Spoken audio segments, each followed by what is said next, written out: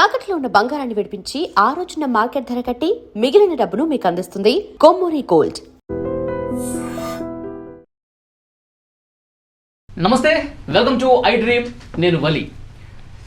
NTR dragon glimpse అద్భుతమైనటువంటి views వచ్చి super hit అయింది. ఈ గ్లిమ్స్ యూట్యూబ్స్లో చాలా రికార్డులు క్రియేట్ చేస్తోంది. అయితే ఈ డైరెక్టర్ తీసుకున్నటువంటి కథ మీద కూడా చర్చ జరుగుతోంది. బ్రిటిష్ వాళ్ళు భారతదేశానికి వచ్చి 250 సంవత్సరాల పాటు ఇక్కడ ప్రధానంగా అన్నేళ్ల పాటు ఉండటానికి ప్రధాన కారణం ఓపియం పాపి అనే మొక్క. అంటే అది హెరాయిన్ ఉత్పత్తి చేస్తుంది. దీంతో ప్రపంచవ్యాప్తంగా బ్రిటిష్ వాళ్ళు బిజినెస్ చేసుకున్నారు. ఆ తర్వాత వాళ్ళు వెళ్ళిపోయిన తర్వాత ఈ బిజినెస్ అనేది 2 వర్గాలుగా చీలిపోయింది. ఒకటి ఆఫ్ఘన్ ట్రేడింగ్ కంపెనీ బాంబే కేంద్రంగా స్టార్ట్ అయింది. ఇంకొకటి ఈ గోల్డెన్ ట్రయాంగిల్ ఏదైతే ఉందో అక్కడి నుంచి గోల్డెన్ ట్రేడింగ్ కంపెనీ ఒకటి స్టార్ట్ అయింది. ఈ రెండింటి మధ్య యుద్ధమే ఈ సినిమా అని చూపించినటువంటి పరిస్థితి ఉంది. నిజంగా గతంలో ఏంటి పరిస్థితులు, చరిత్ర ఏం చెప్తోంది? బ్రిటిష్ వాళ్ళు నిజంగా హెరాయిన్ని ఈ స్థాయిలో బిజినెస్ చేసుకున్నారా? అసలు గోల్డెన్ ట్రయాంగిల్ అంటే ఏంటి? దీని గురించి క్లియర్గా మనం మాట్లాడదాం. శేఖర్ భాషా గారు డిస్కషన్లో జాయిన్ అవుతున్నారు. అలాగే రమేష్ కనిగంటి గారు ఎన్ఎస్ఎస్ చైర్మన్, దాంతోపాటు అంతర్జాతీయ రాజకీయ వ్యవహారాల నిపుణులు కూడా. సో డిస్కస్ స్టార్ట్ చేద్దాం. భాష గారు మీ నుంచే, ఈ గ్లిమ్స్ చూసిన తర్వాత నిజంగా ఇది ఒక కల్పితంగా సృష్టించినటువంటి కథనా లేకపోతే చరిత్రనే బేస్ చేసుకుని తీసారనిపించిందా? నేను ఆర్జేగా రేడియో జాకీగా చేస్తాను, ఇప్పటికీ చేస్తున్నాను గత 19 ఏళ్ళుగా. ప్రతిరోజు నా షోలో ఒక సెగ్మెంట్ ఉంటుంది, చరిత్ర పుటల్లో ఈరోజు అని చెప్పి. దాంట్లో లోకల్, నేషనల్, ఇంటర్నేషనల్ చరిత్ర రోజు చెప్తూ ఉంటారు అనమాట. సో దాంట్లో భాగంగా నేను ఈ ఓపిఎం వార్స్ ఇవన్నీ కూడా స్టడీ చేస్తున్నప్పుడు నాకు తెలిసిన కొన్ని ఫ్యాక్ట్స్ ఏంటంటే ఈ ఆఫ్ఘన్ ట్రేడింగ్ కంపెనీ అనేది నిజంగా ఉండే. ఆఫ్ఘన్ గోల్డెన్ ట్రయాంగిల్ నుంచి నాకు అంత ఐడియా లేకుండా, బట్ తర్వాత నేను వెళ్ళి రీసెర్చ్ చేశాను, సార్ని కూడా అడిగి తెలుసుకున్నాను. బట్ అది కూడా అటువంటిది ఉండింది. బట్ టు స్టార్ట్ విత్, అంటే గోల్డెన్ ట్రయాంగిల్ అంటే ఒక ప్లేస్, అదొక ప్లేస్. ఆ ప్లేస్లో వాళ్ళు పెట్టుకున్న కంపెనీ అయి ఉండొచ్చు. అదేంటంటే వియత్నాము, బ్యాంకాక్ ఆ ఏరియా దగ్గరికి వస్తుంది. But to start with, British వాళ్ళు ఇక్కడ ఉండిపోవడానికి 250 ఏళ్ళు ఈ మొక్కే కారణం అనేది నేను ఒప్పుకోను. వాళ్ళకి ఓపిఎంఏ కారణం. ఓపిఎం అంటే ఏంటంటే other peoples money. OPM okay, వేరే వాళ్ళ సంపద మీద మీరు క్రియేట్ చేశారు. ఇది నేను అందులో గ్లిమ్స్ లో చూసిన స్పెల్లింగ్ వేరుంది, అది అడుగుతాను. అదే అండి, ఓపిఎం అనేది యాక్చువల్గా ఒక మొక్క. ఆ మొక్క నుంచి రకరకాల, అంటే ఒకప్పట్లో ఈ మొక్కని దేనికి వాడేవాళ్ళు అంటే ఔషధ గుణాల కోసం వాడేవాళ్ళు. లైక్ ఏదైనా పెయిన్ కిల్లర్ లాగా. తర్వాత దాంట్లో నుంచి నొప్పి లేని వాళ్ళు వేసుకుంటే అదో రకమైన ఆనందం అనమాట, మందు తాగితే వచ్చే ఆనందం, అటువంటి కిక్ లాగా రావడం. అది మెల్లగా ఎక్కడో మెసొపొటేమియా, యూరోప్లో స్టార్ట్ అయ్యి అటు సైడ్ నుంచి మెల్లగా ఈజిప్ట్కి వచ్చి, ఈజిప్ట్ నుంచి ఆఫ్ఘన్ సైడ్కి వచ్చి, అక్కడి నుంచి చైనా, ఇండియాలో లేదు అప్పట్లో, ఇక్కడి నుంచి చైనాకి చాలా గట్టిగా ఎగుమతి చేసుకున్నాడు. చైనా వాళ్ళని బ్రిటిష్ వాళ్ళు కంట్రోల్ చేయడానికి వాడినదే ఈ ఓపిఎం మొక్క. చాలాసార్లు ఇక్కడ నుంచి ట్రేడింగ్, అంటే వాళ్ళు చైనా దగ్గర నుంచి పెద్ద మొత్తంలో ఏదైనా సరే సరుకులు తీసుకున్నప్పుడు దానికి వాళ్ళు ఓపిఎంని రిటర్న్లో ఇచ్చేవాళ్ళు అనమాట. చైనా వాళ్ళు విపరీతంగా దీనికి ఎడిట్ చేసేసి చైనా వాళ్ళని చాలామందిని నాశనం చేయడానికి కూడా కారణం ఈ ఓపిఎం అనమాట. సో ఈ ఓపిఎం కోసం యుద్ధాలే జరిగినాయి ఏకంగా. సో అది ప్రస్తుతం దాటేసిన తర్వాత బ్రిటిష్ వాళ్ళు దీన్ని చాలా చక్కగా వాడుకొని అన్నీ చేసుకున్నారు. బట్ 2వ ప్రపంచ యుద్ధం వచ్చిన తర్వాత ఏమైందంటే మొత్తం లూట్ పేపర్ అయిపోయారు. మనం ఏదో స్వతంత్రం సాధించేసాము, పోరాటాలు గెరాటాలు అనుకుంటాం, కానీ one of the main reason వాళ్ళు వెళ్ళిపోవడానికి కారణం ఏంటంటే 2వ ప్రపంచ యుద్ధంలో జపాన్ తోటి వీళ్ళతోటి దీంట్లో ఉన్నప్పుడు చాలా డబ్బులు ఖర్చు పెట్టాల్సి వచ్చింది. మన ఇండియాలో మన దగ్గర నుంచి పీల్చి పిప్పి చేసింది అంతా కూడా యుద్ధాల్లో పెట్టేసి గవర్నమెంట్ నడపలేని పరిస్థితిలోకి వెళ్ళిపోయారు అన్నట్టుగా పరిస్థితి తయారైంది, అయిపోయింది. ఈ టైంలో ఏదో ఒకటి ఇచ్చేసి మనం సర్దేద్దాం, దుకాణం ఎత్తేద్దాం, ఇక్కడ పెద్ద ఏ రకమైన లాభం లేదు, ఉండేదంతా పీల్చేసాం, చెరుకు పిప్పి మిత్రం మిగిలింది, చెరుకు రసం అంతా తాగేసాం, ఇంకా లేదు ఇక్కడ తాగడానికి, ఇంకా పిండితే పాలు కదా రక్తం వస్తుందని చెప్పి సో వెళ్ళిపోయారు అన్నట్టుగా కొన్ని కథనాలు. బట్ స్టిల్ ఆ టైంలో వాళ్ళు వెళ్ళిపోయిన తర్వాత వాళ్ళు ఏదన్నా సరే మంచిది మిగిలిపోయింది, లాభదాయకమైంది అంటే మంచిది కాదు, చెడ్డదే, బట్ స్టిల్ లాభదాయకమైంది. ఎందుకంటే దీని మంచి మార్కెట్ ఉంది దీనికి, ఓపిఎంకి. సో అలా మిగిలిపోయిన ప్రాంతాలు ఏవైతే ఉన్నాయో వాళ్ళకి తోకలు మొలిచినాయి, వాళ్ళు ఇండిపెండెంట్గా డిక్లేర్ చేసుకున్నారు. సో వాళ్ళని 2 గ్రూపులుగా విడిపోయినాయి. ఒకటేమో భారతదేశానికి ఈస్ట్ సైడ్లో గోల్డెన్ ట్రయాంగిల్, వెస్ట్ సైడ్లో ఆఫ్ఘనిస్తాన్లో ఇది. ఈ రెండింటి మధ్య జరిగే పవర్ కోసం స్ట్రగుల్, ఆ యుద్ధాలు, దాంట్లో ఉద్భవించిన ఒక డెవిల్ మన ఎన్టీఆర్. ఓకే. సో టైగర్ని డ్రాగన్ చేశాడు. డ్రాగన్ అనడానికి ఒక కారణం కూడా చైనీస్ లింక్ కావచ్చు. ఎందుకంటే డ్రాగన్ అనేది మనం గట్టిగా వాడం, మనంతా కూడా ఇండియా అంటే టైగర్ గుర్తొస్తుంది మనకి, బట్ చైనా అంటే ఫస్ట్ డ్రాగన్, వాళ్ళ పేర్లు జెండాలు అన్నీ కూడా డ్రాగన్ ఉంటాయి అనమాట. సో మేబీ సమ్ కనెక్షన్ సినిమాలో చూడొచ్చు. చైనా పాత్ర ఏం కనిపించలేదు కదా ఇందులో. అంటే ఇప్పుడు ఇనిషియల్ స్టేజెస్లో వీళ్ళంతా కూడా ఈ ఓపీఎంని తీసుకెళ్ళి చైనాకి సప్లై చేసేవాళ్ళు. సిల్క్ రూట్ అని ఒకటి ఉండేది, అటు సైడ్ సప్లై చేసేవాళ్ళు. కానీ ఈ ట్రాన్సిట్ ఇక్కడి నుంచి ఇటు పక్కకి, అంటే వెస్ట్ నుంచి ఈస్ట్కి, ఈస్ట్ నుంచి వెస్ట్కి వచ్చే దారిలో ఇక్కడ మెల్లగా జనాలు అలవాటు పడ్డారు. అది సినిమాలో హీరోని చూపించారు. హీరో అంటే మనకి ఇప్పుడు అనిల్ కపూర్ లాగా చూపిస్తున్నారు, విలన్ని చూపించారు. సో హీరోయిన్ చూపించలేదు కానీ హెరాయిన్ని చూపించారు. ఓకే. అది సో యాక్చువల్గా దీని గురించి వచ్చినప్పుడు నేను సార్ని కలవడం జరిగింది. నిజంగానే ఉండిందా ఇవన్నీ కూడా, ఇవన్నీ ఉన్నాయంటే సార్ ఇంటర్నేషనల్గా ఆఫ్ఘనిస్తాన్లో ఉన్నారు. అండ్ లిటరల్లీ మనం అంటే చదువుకున్నాం, హీ లిటరల్లీ వాజ్ దేర్. అవును అవును, గ్రౌండ్ రియాలిటీ తెలుసుకున్న ఆయన దగ్గర నుంచి మనం తెలుసుకోవాలి. రమేష్ కనగంటి గారు మీరే చెప్పాలి, ఈ గోల్డెన్ ట్రయాంగిల్ ఏంటి?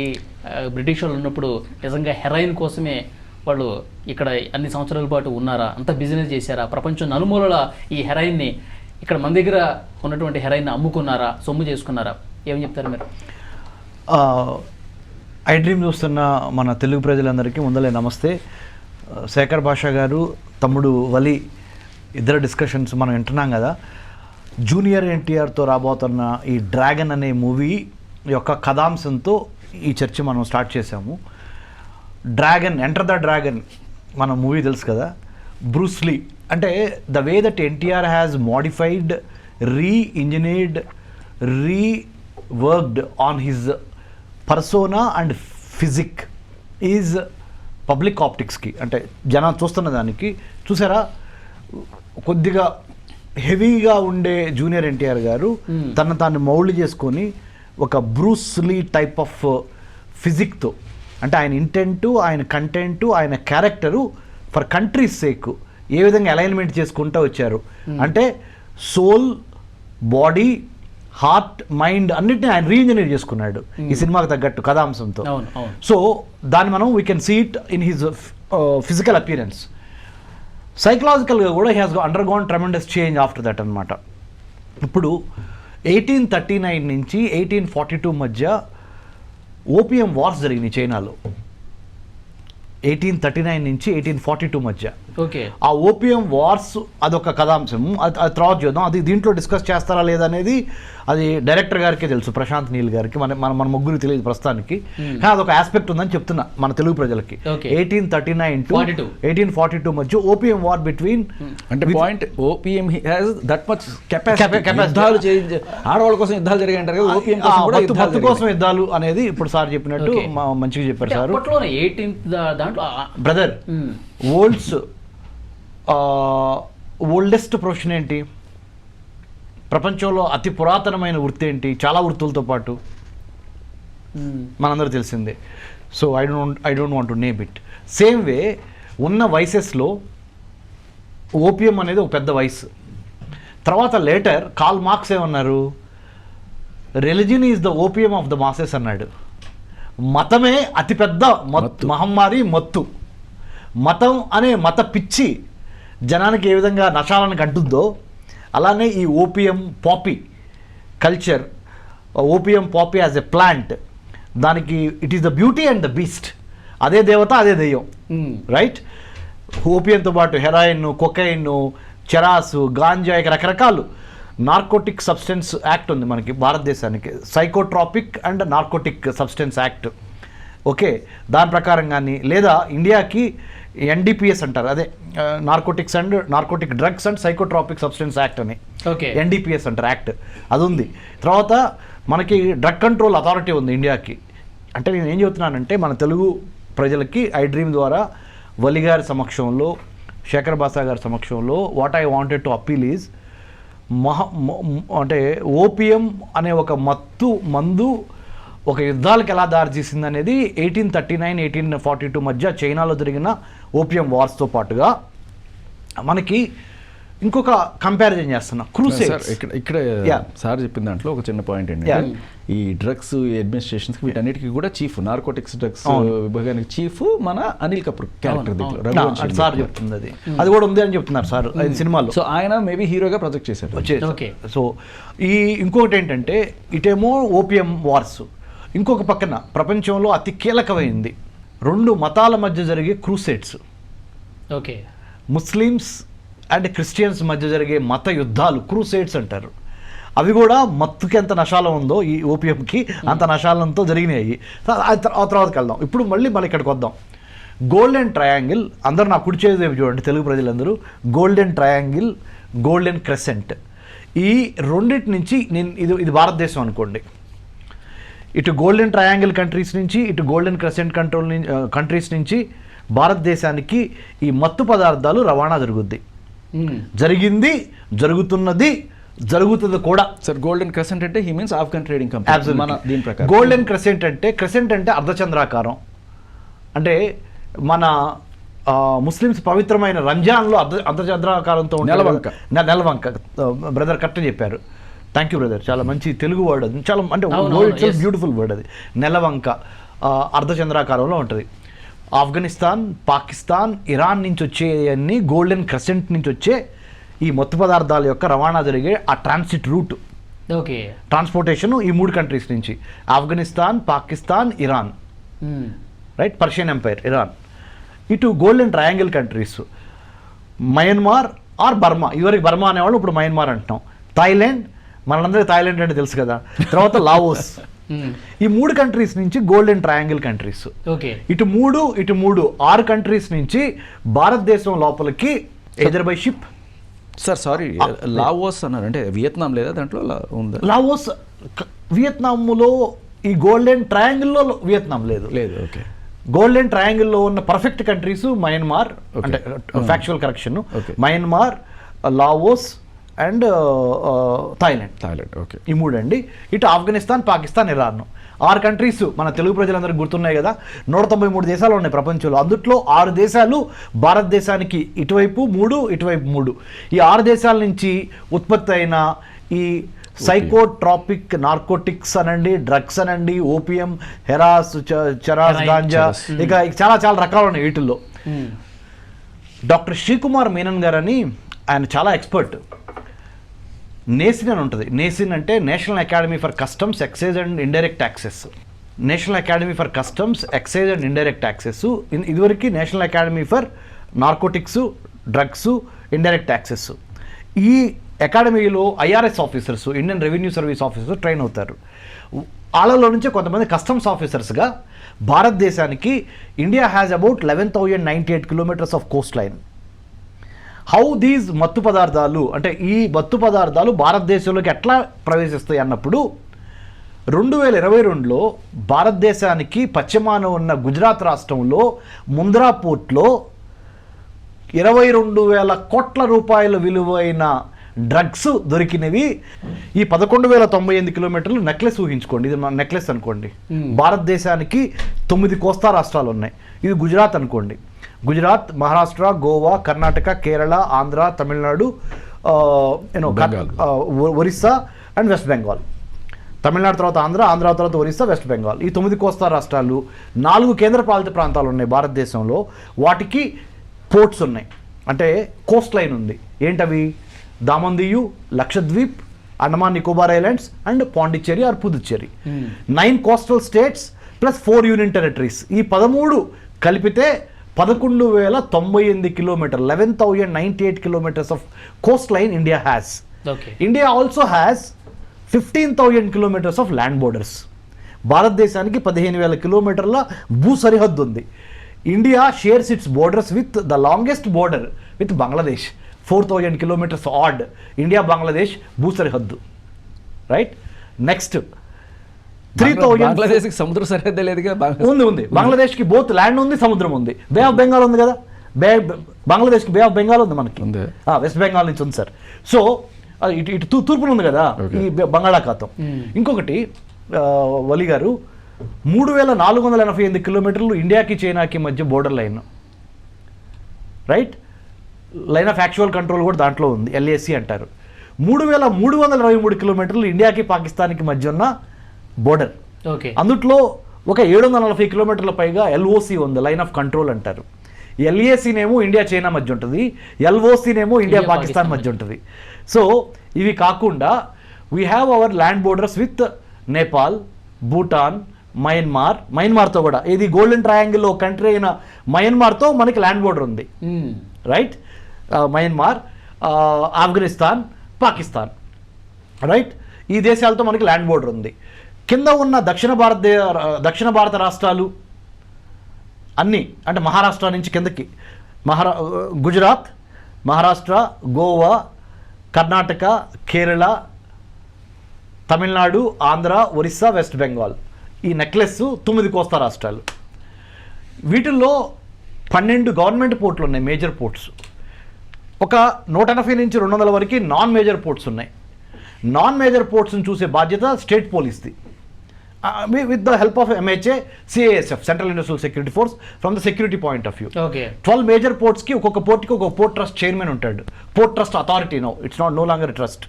ఇవన్నీ కలిపి చాలా సేఫ్ సెక్యూరిటీ లేకపోతే drugs, narcotics, arms, human trafficking, ఇంకా అదర్ చెప్పాలంటే human trafficking, drug trafficking, arms trafficking, organ trafficking, అంటే మనిషి అవయవాల్ని అమ్మటం, ఇవన్నీ జరుగుతాయి, ఇంక్లూడింగ్ నార్కోటిక్స్ అండ్ డ్రగ్స్.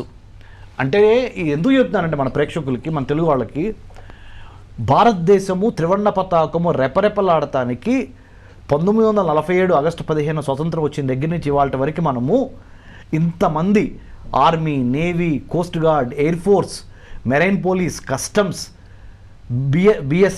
మన border security force, ITBP, Assam rifle, Sashastra Seema, SSB, ఇన్ని నేషనల్ సెక్యూరిటీ ఏజెన్సీస్ పనిచేస్తే కానీ ఇవాళ మీరు నేను వ్యాపారం చేసుకోవట్లా, మీరు నేను ఒక సినిమా చేసుకోవట్లా, మీరు నేను చక్కగా చదువుకుంటున్నాము, ఎడ్యుకేషన్, హోటల్, టూరిజము, ట్రేడ్ అన్నీ ఎలా జరుగుతున్నాయి? Because of the safety and security of our country. Safety, security లేకపోతే ఏ బిజినెస్ అయినా, లోకల్ బిజినెస్ కానీ నేషనల్, ఇంటర్నేషనల్ బిజినెస్కి ప్రాస్పరిటీ ఉండదు. భద్రత, రక్షణ లేకుండా అభివృద్ధి ఉండదు. That's why we have to ensure safety, security in the sea ports and also in the airports. ఏది డ్రగ్స్ లోపలికి రావడానికి మార్గాలు అవి మరి ప్రశాంత్ నీల్ గారు చూపించారో లేదు తెలియదు కానీ ఇక్కడ సార్ నాకు మీ ప్రొఫైల్ నుంచి నేను పర్సనల్గా తెలుసుకోవాలనుకున్నది ఏంటంటే సార్ మీరు లిటరలీ ఆఫ్ఘనిస్తాన్లో ఆఫ్ఘనిస్తాన్ అండ్ ఇజ్రాయిల్, మన జోర్డాన్, ఇవన్నీ. సో నేను అనేది ఏంటంటే ఆఫ్ఘనిస్తాన్కి సీపోర్ట్లు ఏం లేవు కదా, మనకి land locked country. 106 kilometres India Afghanistan మధ్య బోర్డర్. ఎస్, నేను అడిగేది ఏంటంటే ఇప్పుడు ఐ డోంట్ నో ఇఫ్ ఆ సినిమా పీరియడ్లో తీసారా లేకపోతే అంటే ఇనిషియల్గా చూపించినా కూడా ఆఫ్ఘనిస్తాన్ నుంచి ఇండియాకి పేరుకి బార్డర్ ఉన్నా కూడా I think we are not accessing that కదా. ఉంది, యాక్సెస్ ఉంది. అంటే డైరెక్ట్గా పాకిస్తాన్ టచ్ చేయకుండా ఇండియా నుంచి ఆఫ్ఘనిస్తాన్ వెళ్ళగలము మనం? డైరెక్ట్గా ఆఫ్ఘనిస్తాన్కి 106 కిలోమీటర్స్ నుంచి వెళ్ళొచ్చు. ఉందా? సీరియస్లీ అంటే పాక్ ఆక్యుపైడ్ కాశ్మీర్ ఉంది. అదే. సో అట్నుంచి పాక్ ఆక్యుపైడ్ కాశ్మీర్ మధ్యలో వస్తుంది కదా మనం. అబ్సల్యూట్లీ వాళ్ళు దీన్ని చైనాకి ఏదో చైనా పాకిస్తాన్ ఎకనామిక్ కారిడార్ ద్వారా. సో మనకి ప్రస్తుతానికి direct access to Afghanistan cut అయిపోయినట్టే అనుకోవాలి కదా.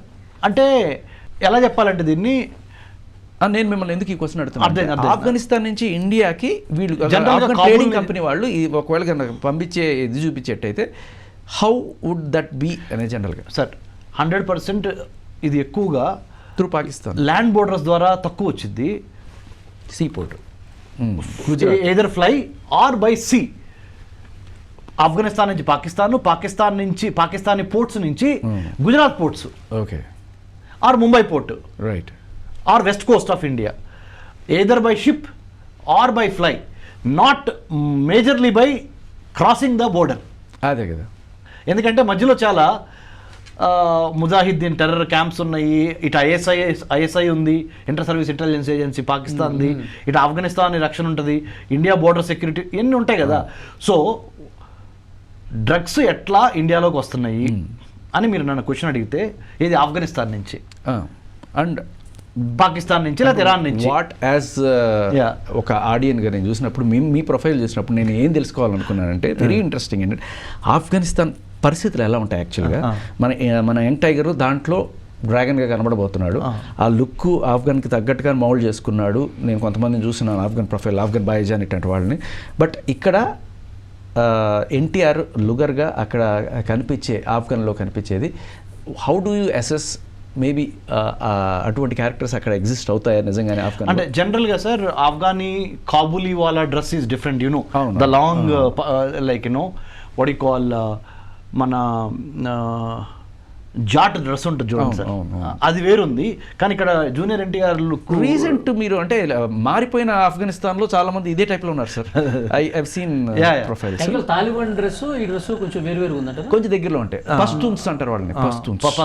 అంటే there are so many tribal war lords అన్నమాట. ఆఫ్ఘనిస్తాన్ దేశంలో చాలా మంది ట్రైబల్ వార్ లార్డ్స్ ఉన్నారు. ఆ వార్ లార్డ్స్ మధ్య ఎప్పుడు అంతర్యుద్ధం జరుగుతూ ఉంటుంది. There is internal civil unrest among these Pashtuns అని ఇంకా చాలా రకాల ట్రైబల్ ఉన్నాయి అనమాట జాతులు, వాళ్ళ మధ్య అంతర్యుద్ధం జరుగుతూ ఉంటుంది. సో అది యాక్చువల్గా డైరెక్టర్ ఈ సినిమాలో ప్రశాంత్ నీల్ గారు బ్రిటిష్ వాళ్ళు వెళ్ళిపోయిన తర్వాత ఈ వ్యాపారం రెండుగా చీలిపోయి జరిగినటువంటి యుద్ధంగా చెప్తా ఉన్నారు. అబ్సల్యూట్. అంటే వ్యాక్యూమ్ క్రియేట్ అయింది. ఎట్లా ఉంటుందని అదే ఆ వ్యాక్యూమ్ క్రియేట్ అయింది. Once British left this place in 1947 15th August and 14th August Pakistan got independence, 15th August India got independence, right? Matter of 24 hours. And then since then we have been living on our own and we have democratically and also technologically and otherwise we have proved ourselves. ఇదొకటి నేను చెప్పేది ఏంటంటే sir, ఇక్కడ అన్నిటికన్నా important ఇక్కడ మనం చూడాల్సింది నాకు అర్థమవుతుంది ఏంటంటే డైరెక్టర్ ప్రశాంత్ నీల్ గారు వాంటెడ్ టు అనెర్త్ ది ఈ డ్రగ్ లాట్స్ ఉంటారు, మాఫియా, డ్రగ్ మాఫియా. ఈ డ్రగ్ మాఫియా మనీ ఇవాళకు కూడా టెర్రరిజానికి ఫండింగ్ అవుతుంది, ఓకే, యాంటీ నేషనల్ అవుతుంది. అది మనము డ్రగ్స్ని ఎందుకు నిరోధించాలి అంటే there are 2 important reasons. One, not to spoil your personal health, not the number 1. Number 2, not to spoil the youth of the country. ఒక దేశానికి వెన్నుముక ఎవరు? యువతను నిర్వీర్యం చేసే డ్రగ్స్. సార్ ఇక్కడ ఆఫ్ఘనిస్తాన్లో which part do you see is the most viable place for our లుగర్? అంటే కాందహారా లేకపోతే ఇంకా ఐ డోంట్ నో మీకు అంటే అక్కడ సార్ ఇప్పుడు జస్ట్ కొంచెం చెప్తాను. ఎలా చూసారు Afghanistan? I will throw light on that sir. అక్కడ నుంచి మన దగ్గర మన సెంటర్ ఫర్ హ్యూమన్ సెక్యూరిటీ స్టడీస్లో మా think tank on internal security foreign affairs of India, దేశ భద్రత విదేశీ వ్యవహారాల మీద పరిశోధనా సంస్థ అయిన మా సెంటర్ ఫర్ హ్యూమన్ సెక్యూరిటీ స్టడీస్లో చదువుకోవటానికి ఆఫ్ఘనిస్తాన్ నుంచి వేరే కంట్రీస్ నుంచి ఇప్పుడు కూడా రీసెర్చ్ ఇంటర్న్స్ వస్తారు. ఓకే, అలా వచ్చిన వాళ్ళతో కూడా నేను ఇంటరాక్ట్ అయ్యి చెప్తున్నాను నేను. అంటే ఒక స్టూడెంట్స్ పేర్లు చెప్పడం మంచిది కాదు కాబట్టి వాళ్ళ పర్మిషన్ లేకుండా చెప్పట్లేదు నేను. So when we interacted Kabul and Kabul surroundings area literates, కొద్దిగా ఎడ్యుకేటెడ్, కొంత ఫారెన్ అవుట్బౌండ్ అయ్యి మళ్ళీ తిరిగి కాబూల్ అంటే ఆఫ్ఘనిస్తాన్కి వచ్చిన వాళ్ళు వీళ్ళు ఎక్కువ ఉంటారు సార్. కొద్దిగా ఇంటీరియర్స్కి వెళ్తే ఈ war lords plus drug mafia becoming a war lord. ఎవరు వార్ లార్డ్ అవుతాడంటే, ఎవరు గొప్పవాడవుతాడంటే ఎవడైతే డ్రగ్స్ ఓపియంని ఎక్కువ సరఫరా చేసి సొమ్ము చేసుకొని తద్వారా ఆ మాఫియా సామ్రాజ్యాన్ని ఏర్పరచుకుంటారు. అంటే అక్కడ రిలీజియన్ మిక్స్ అవుతుంది, మతం మిక్స్ అవుతుంది, మతంతో పాటు డ్రగ్స్ మిస్ అవుతున్నాయి. ఈ రెండు కలగలిపిన రాజ్యాధికారం చేపట్టాలనే ఒక ఆకాంక్ష.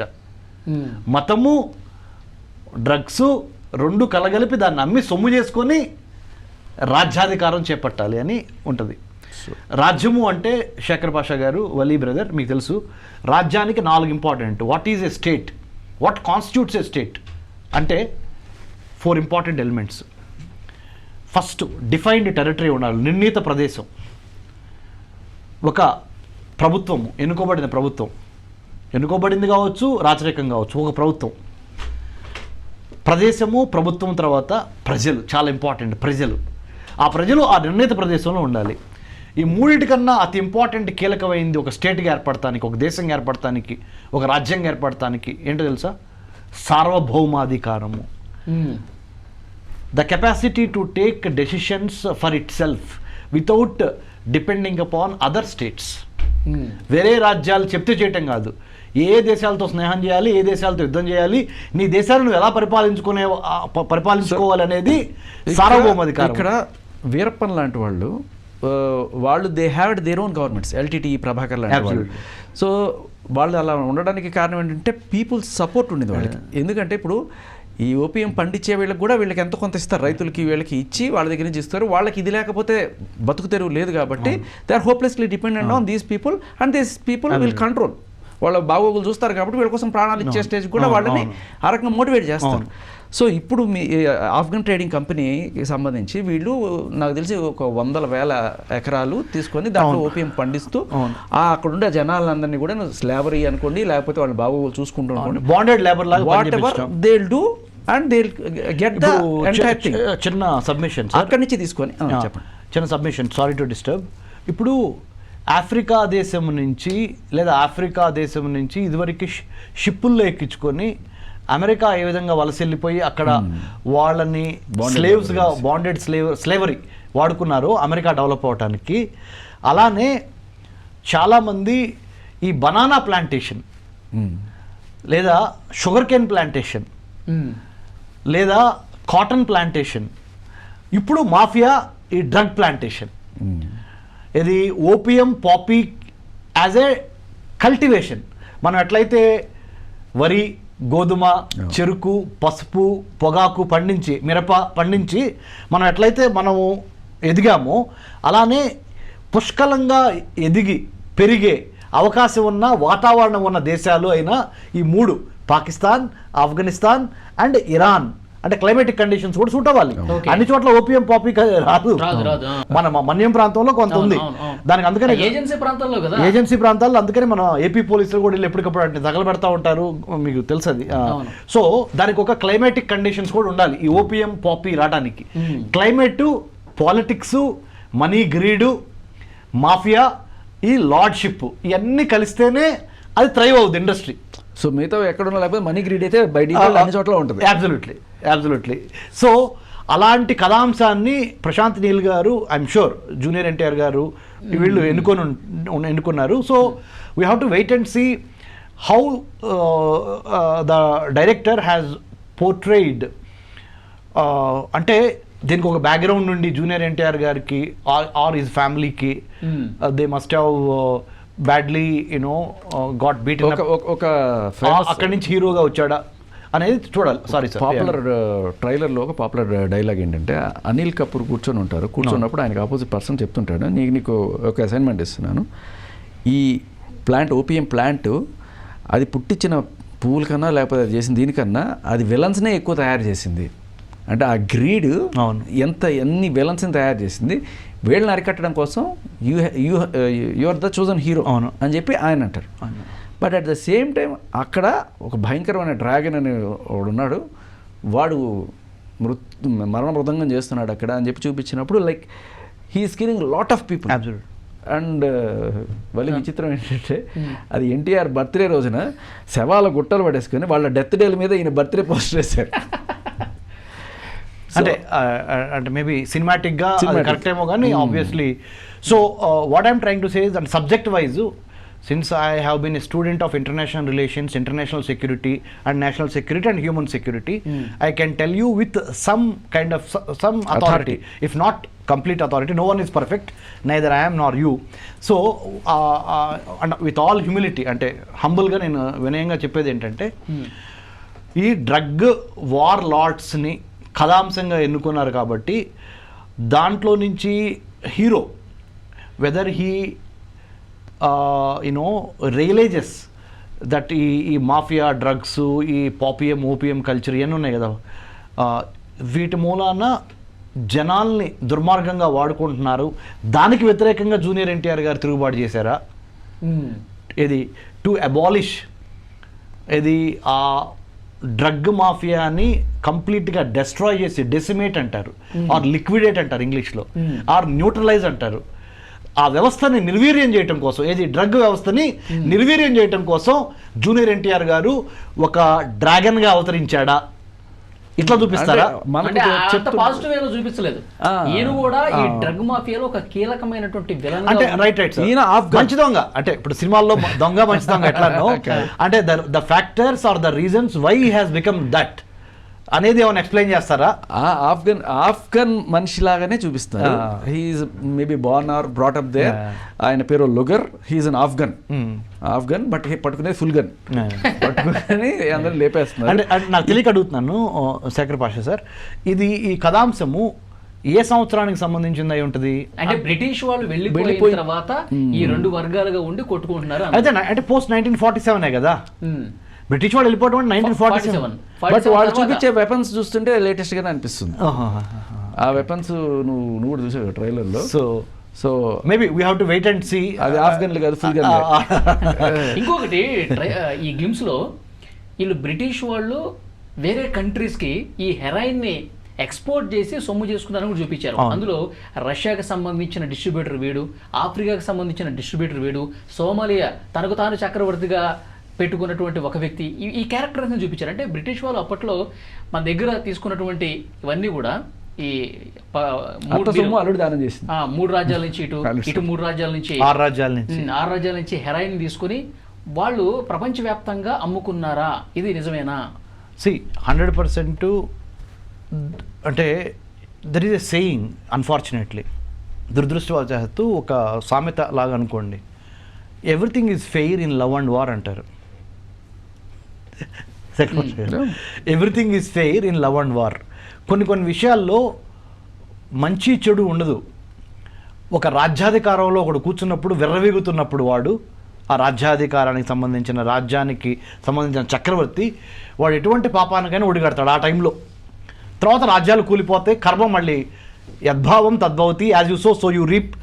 కర్మ will not leave you, God may leave you but karma will not leave you. Okay, దేవుడిని క్షమిస్తాడేమో వలి, కానీ మనం చేసిన తప్పులు ఉంటాయి, వాటి నుంచి మనం తప్పించుకోలేము. రక్తం చూడని రాజే లేడు, పాపం చేయని ముళ్ళే లేరు. చాలా బాగా చెప్పారు సార్.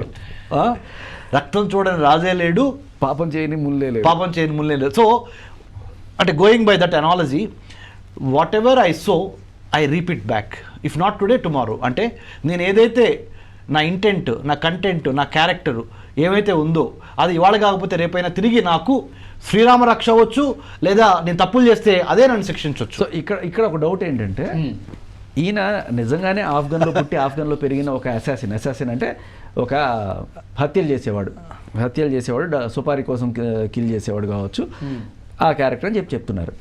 సో ఎంత రూత్లెస్గా చంపుతాను, నా కళ్ళలోకి ఎవడు రాకండి, వచ్చాడంటే చచ్చాడే అన్న టైప్లో చెప్తున్న టైంలో ఎక్కడో ఒక చిన్న డౌట్ ఏంటంటే, వీళ్ళు ఆఫ్ఘనిస్తాన్లో ఆఫ్ఘన్ ట్రేడింగ్లో ఆ సీడ్స్ ఎలా ప్లాన్ చేస్తున్నారు, ఓపీఎం సీడ్స్, అలాగే మన అనిల్ కపూర్ ఈ సీడ్ని జూనియర్ ఎన్టీఆర్ అనే సీడ్ని ఆఫ్ఘన్లో ప్లాంట్ చేశాడా? పోకిరి. సో అది ఫైనల్గా అంటే అట్లా ఉందేమో, అంటే గెస్ అంతే కదా సార్ అనిల్ కపూర్. కానీ going by Prashanth Neel strategies, ఆయన విలన్గానే చూపించారు. ఇప్పుడు రాకీ బాయ్ ఆయన విలనే, ఆయన ఎక్కడ సడన్గా మంచోడు అయిపోయో నేను దేశ సేవలో అలాంటి ఏం లేదు. అండ్ సలార్లో కూడా సరే కొంచెం ఎక్కడ కూడా ఇదేం లేదు, విలన్ అంటే విలన్లానే చూపించాడు. సో లాస్ట్లో ట్విస్ట్ అనేది లాస్ట్లోనే ఉంటాయిగా. కానీ అంటే దీంట్లో కూడా ఇక్కడ ఇంకొకటి కూడా డౌట్ ఉంది. ఇప్పుడు ఇది మునిగిపోయిన తర్వాత, ఏది కేజీఎఫ్ మునిగిపోయిన తర్వాత ఆయన కలిసిపోయాడు కదా, సముద్రంలో కలిపేస్తారు కదా ఆయన్ని. కలిపేసిన తర్వాత ఒక 10 ఏళ్ల గ్యాప్లోనో 20 ఏళ్ల గ్యాప్లోనో ఇది స్టార్ట్ అయిందా? దీనికి ఏదైనా కనెక్షన్ ఉందా?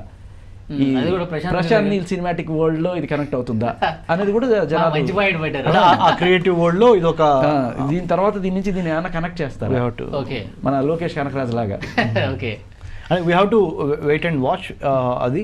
కాకపోతే వన్ థింగ్ ఫర్ షూర్ అండి, అంటే మీకు సార్ మీరు చరిత్ర తెలుసు, అన్ని దేశాల భౌగోళిక పరిస్థితులు తెలుసు, వాళ్ళు గతంలో ఏం చేశారో తెలుసు కాబట్టి, సో ప్రత్యేకంగా మిమ్మల్ని ఈ ప్రోగ్రాం కోసం ఇన్వైట్ చేసింది. గతంలో బ్రిటిష్ వాళ్ళు వెళ్ళిపోయిన తర్వాత ఆయా దేశాల పరిస్థితులు ఏంటి, ఎలాంటి వాణిజ్యాలు చేశారు? వాళ్ళు చేయని వాణిజ్యం లేదు సార్, బ్రిటిష్ వాళ్ళు చేయని వాణిజ్యం లేదు. అందుకని ఇందాక ఒక మాట చెప్పాను నేను, అంటే డైరెక్ట్గా ఆన్సర్ ఇవ్వకుండా ఇండైరెక్ట్గా చెప్పా. Everything is fair in love and war అనే మాట ఎందుకు వాడానంటే, ఒక వ్యక్తి ఒక రాజ్యాధికారంలో కూర్చున్నప్పుడు వాడు డ్రగ్స్ అమ్ముతాడు, గన్స్ అమ్ముతాడు, మనుషులను అమ్ముతాడు, మనుషుల అవయవాలు అమ్ముతాడు, మానవత్వాన్ని అమ్ముతాడు, కమ్యూనిజం అంటాడు, క్యాపిటలిజం అంటాడు, సోషలిజం అంటాడు, గిల్డ్ సోషలిజం అంటాడు, హ్యూమనిజంని మర్చిపోతారు, రైట్? లిబరలైజేషన్ అంటాడు, ప్రైవేటైజేషన్ అంటాడు, గ్లోబలైజేషన్ అంటాడు, డిజిటలైజేషన్ అంటాడు, చైనైజేషన్ అంటాడు, బ్రిటిషైజేషన్ అంటాడు, ఇంగ్లాండైజేషన్ అన్నాడు, ఇప్పుడు అమెరికనైజేషన్ అని వచ్చింది. కానీ హ్యూమనైజేషన్ని మర్చిపోయారు. What I'm trying to say is, ఒక వ్యక్తి ఒక సామ్రాజ్యం కానీ ఒక రాజ్యం కానీ ఒక మంచి పీక్ స్టేజ్లో ఉన్నప్పుడు వాళ్ళు చేయని నేరాలు ఘోరాలు ఉండవు. ఓకే, ఇది to sustain there power in the particular chair, ఆ కుర్చీలో కూర్చొని ఆ పవర్ని కంటిన్యూ చేయడానికి రాబోతున్న శతాబ్దాలకి లేకపోతే ఇంకా ఎక్కువ కాలానికి వాళ్ళు ప్రతి పని చేస్తారు.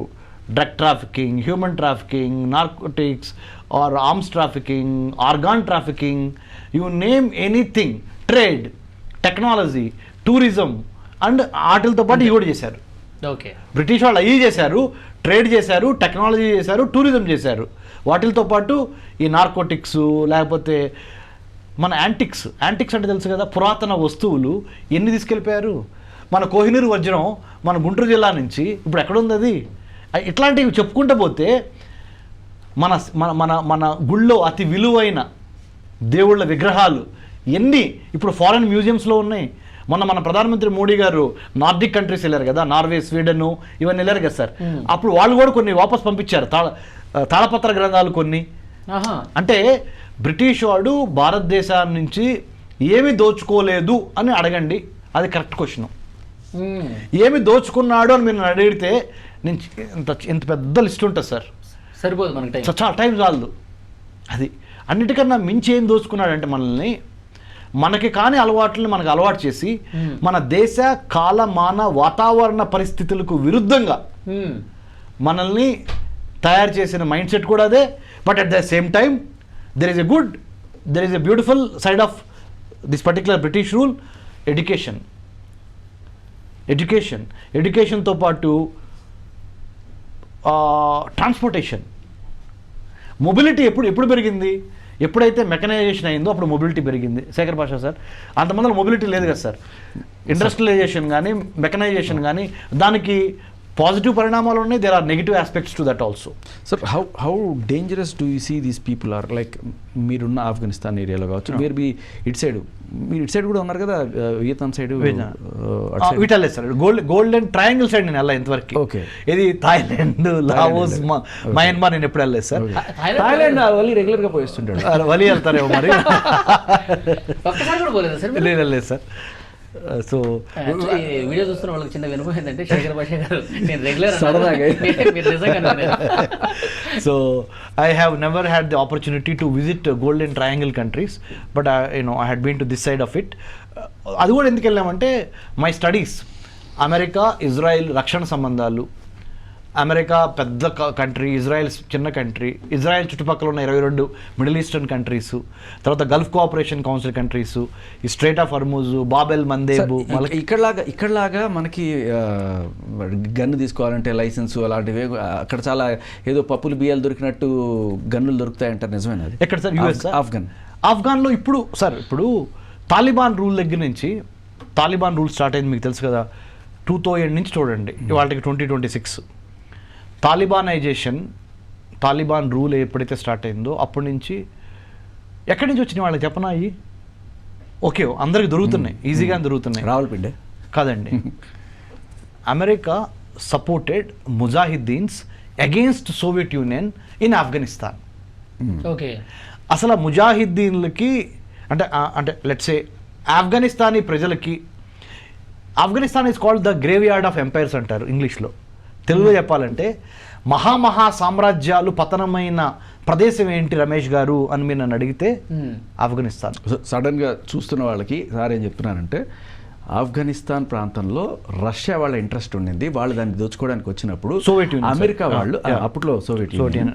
సో అమెరికా వాళ్ళు ఏం చేశారంటే సోవియట్ యూనియన్ ప్రాంతంలో ఉన్న వాళ్ళని, అలాగే పాకిస్తాన్లో ఉన్న చాలా మంది ముస్లిమ్స్ని వీళ్ళు ట్రైన్ చేసి వాళ్ళకి అగెనెస్ట్గా వీళ్ళని సోవియట్ యూనియన్కి అగేన్స్ట్గా. సో ఆ రకంగా వాళ్ళకి అసలు గన్ కల్చర్ ఎట్లా వచ్చింది, ఇప్పుడు రూట్ కాజ్ ఆ రకంగా వాళ్ళని అంటే రష్యా వాళ్ళని అక్కడి నుంచి తరిమేయడం వల్ల వీళ్ళకి వచ్చి ఏంటంటే వీళ్ళు ఇక్కడ ఆక్యుపై చేసుకోవచ్చు వాడు వెళ్ళిపోతే. అందుకని వీళ్ళకి వెపన్స్ అన్ని కూడా అలా వచ్చాయి. అబ్సల్యూట్లీ. ఇప్పుడు పులి రక్తం తాగడానికి మరిగింది అనుకోండి, ఏమవుద్ది తెలుసు కదా మీకు. సో అదొక అలవాటుగా ఏర్పడిపోద్ది. అట్లానే ఆ ముజాహిద్దీన్ ఎవరు ట్రైన్ చేశారు ముజాహిద్దీన్స్, అమెరికన్సే కదా. సృష్టించింది వాళ్ళే కదా. ఆ బ్యాచ్ అంతా సృష్టించింది ఎవరు? అమెరికన్స్. ఎవరికి వ్యతిరేకంగా? సోవియట్ యూనియన్కి. మరి సోవియట్ యూనియన్ పతనం అయిపోయిందిగా, మరి ముజాహిద్దీన్ ఖాళీకి కూర్చోవడం అలవాట్లేదు. అదే చెప్పా, రక్తం మరిగిన పులి ఖాళీకి కూర్చోదు కదా. అప్పుడు ఈ ముజాహిద్దీన్ అందరిలో ఒక చోట తీసుకొచ్చింది ఉసామా బిన్ లాడెన్. అరే మన శత్రువు సోవియట్ యూనియన్ కాదురా బాబు, మనల్ని వాడుకున్నాడు అమెరికా వాడు. మన శత్రువు ఎవడంటే మన ఖురాన్కి వ్యతిరేకంగా మాట్లాడుతున్న వీళ్ళు ఏది ఇజ్రాయెల్, ముఖ్యంగా అమెరికా ఇజ్రాయెల్ ఆ నెక్సెస్ ఆర్ యాక్సిస్, దానికి మనం వ్యతిరేకంగా కొట్టాలి అని ఉసామా బిన్ లాడెన్ ఈ ముజాహిద్దీన్ అందరూ తీసుకొచ్చారు. సో మీరు అడిగారు నన్ను, ఈ గన్స్ సార్ కూడా అడిగారు, గన్స్ ఇబ్బడిముబ్బడిగా ఊరిని అట్లా పప్పు బెల్లంలాగా దొరుకుతాయి అని అడిగిన దానికి డంపింగ్ జరిగింది. ఆఫ్ఘనిస్తాన్లో Soviet union Gansu, American Gansu, ఆఫ్ఘనిస్తాన్లో అదొక డంపింగ్ యాడ్ ఉంటుంది చూడండి, చెత్త కుండి. ఇప్పుడు మనం హైదరాబాద్ శివార్లో చెత్త కుండీలు ఉంటాయి కదా, డంపింగ్ 15 ఏళ్ళ పిల్లలు కూడా పెట్టుకుని తిరుగుతారు. అక్కడ ఆ విధంగా ఏర్పడింది. దాన్ని క్యాష్ చేసుకోవటానికి ఎదురుగి వైలెన్స్ అలవాటైంది. ఆ వైలెన్స్కి మతం అనే మత్తుని కలిపి ఉసామా బిన్ లాడెన్ ఆయన ఇంకొక స్టోరీ, అదొక నేరేటివ్. అది ఇంకొక నేరేటివ్ ఏంటి, ఓహో మీరు మతం పేరు చెప్పి గన్ను వాడుతూ నేర్పిస్తున్నారు పిల్లలకు కానీ పెద్దలకు కానీ, ఒక సెక్షన్ ఆఫ్ సొసైటీ. ఇంకో సెక్షన్ ఆఫ్ సొసైటీ ఏం చేస్తుందంటే మత్తు పదార్థాలని ఎర్రవేసి ముఖ్యంగా సాగు చేసి, మత్తు పదార్థాలని వేల ఎకరాల్లో సాగు చేసి, ఈ పాపీ హెరాయిన్ ఇవన్నీ ఓపియం పాపీ ఇదంతా సాగు చేసి దాన్ని అమ్మటం ద్వారా బ్లాక్ మార్కెట్లో అమ్మడమే కాదు సార్, ఇప్పుడు హ్యూమన్ బాంబ్స్ తయారు చేయడంలో కూడా వీళ్ళని డ్రగ్స్ కి బానిసలు చేసి వీళ్ళకి ఏం చెప్తే అలా ఉండిపోతారు అన్ని వెళ్ళిపోయి ఆత్మహత్య దాడులు కూడా వీటిని ఈ డ్రగ్స్ ని వాడతారు. ఇక అన్ని రకాలు ఇక సార్ చెప్పినట్టు. అంటే ఇప్పుడు మన ముగ్గురు ఇక్కడ ఉన్నాం సార్, సభ్య సమాజం ఉంది, సెన్సెస్ అనే పనిచేస్తున్నాయి, సివిలైజ్డ్గా నాగరికతతో మనము మాట్లాడుతున్నాము, నాగరికతతో మనం మలుచుకుంటున్నాము. మన అమ్మా నాన్నలు చెప్పారు, మన దేశం కానీ మన స్కూల్ టీచర్స్ కానీ ప్రొఫెసర్స్ కానీ మనం కామ్గా ఉన్నాం. మనకి మత్తు అనే ఒక పదార్థాన్ని ఇచ్చినప్పుడు ఇవన్నీ పనిచేయవు. You are in a different hallucination, అంటే ఒక డిఫరెంట్ వరల్డ్లోకి వెళ్ళిపోతావు. అక్కడ వాళ్ళకి మన తన నీతి జాతి అమ్మ నాన్న చెల్లి తమ్ముడు అక్క ఏం గుర్తుండవు ఆ మత్తు పదార్థం శరీరంలోకి వెళ్ళిన తర్వాత. ఆ విధంగా నువ్వు వెళ్ళి చచ్చిపో నీకు పైన అల్లా వెయిట్ చేస్తుంటాడు, నీకు 72 మంది కన్నీళ్ళు లేకపోతే అంటే దాన్ని ఏమంటారంటే ఫిక్స్ అయిపోతాడు వాడు. అంటే ఇండాక్ట్రినేషన్ ఏం ఉండదు అనమాట, ఇండాక్ట్రినేషన్. సో అంటే డ్రగ్స్ని అన్ని రకాలుగా వాడచ్చు, మంచికి వాడచ్చు, చెడుకు వాడచ్చు, రైట్. ఆ చెడుకు వాడటానికి సంబంధించిన ఈ చెడు పదార్థాలు ఏవైతే ఉన్నాయో హెరాయిన్, కొకైన్, ఇంకా చెరాస్, గాంజా ఇట్లాంటి టైప్స్ అన్నీ దాన్ని ఒక వృత్తిగా ఒక వ్యవసాయంగా చేసి తద్వారా వచ్చే ఇన్కమ్తో రాజ్యస్థాపన చేయడానికి చాలామంది వార్ లార్డ్స్ పుట్టుకొస్తారు. ఆ కథాంశమా we have to wait and see. చూద్దాం సార్, ఈ సినిమా చూస్తే కానీ పూర్తిగా క్లారిటీ వస్తుంది. ఇప్పుడు శేఖర్ భాష అన్నట్టు ఎన్టీఆర్ని విలన్ లాగా చూపించారు, మరణ మృదంగా చూపిస్తా ఉన్నారు ఈ కంపెనీలో. అనిల్ కపూరే నియమించినటువంటి ఒక హీరో క్యాండిడేట్. కాకపోతే ఒక ఈ టెర్రరిస్టులు అందరూ కూడా ఈ ఆఫ్ఘనిస్తాన్ పాకిస్తాన్లో ఉంటే మరి అక్కడ బాంబుల దాడులు ఎవరు చేస్తారు అని చెప్పి ఆ మధ్య ఒక జోక్ వచ్చింది. ఏమిటి తెలుసా, వాళ్ళు లేజీ టెర్రరిస్టులట అందరం వెళ్ళాక అక్కడక్కడ వేసుకుంటున్నారు. చూద్దాం సార్, సినిమా చూసిన తర్వాత నెక్స్ట్ ఇయర్ సినిమా ఉంది. ఈలోపు ఎన్నో ఉదంతాలు జరుగుతాయి, అంతర్జాతీయంగా ఇంకా చాలా పరిణామాలు జరుగుతాయి, దాని గురించి కూడా మనం డిస్కస్ చేద్దాం. Thank you very much Ramesh Kaniganti garu, thank you very much Shekhar Basha garu. ఇది వాళ్ళ స్పెషల్ డిస్కషన్. చూస్తూనే ఉండండి iDream News. And for more videos, please subscribe to iDream channel. Subscribe to iDream Media. Please subscribe to iDream. Please subscribe to iDream. Please subscribe iDream. And please subscribe to iDream. For more videos, subscribe to iDream. please like, share and subscribe to the channel. Congratulations, iDream. Subscribe to iDream. Subscribe to iDream. So subscribe to iDream Media. ఐడ్రీమ్కి iDream team అందరికీ huge congratulations. Please subscribe iDream Media. Please subscribe to iDream. Subscribe iDream. Please subscribe to iDream. iDream అంటే నా కళల channel subscribe చేసుకున్న నోరు తిరుగుతలేదు, మీరైతే గంట గుర్తు కొట్టండి. For more such videos, please subscribe to iDream. Subscribe to iDream. Please subscribe to iDream. Please subscribe iDream Media. Please do subscribe to iDream. Please subscribe to iDream Media. For best entertainment and information, please subscribe iDream. And don't forget to subscribe to iDream.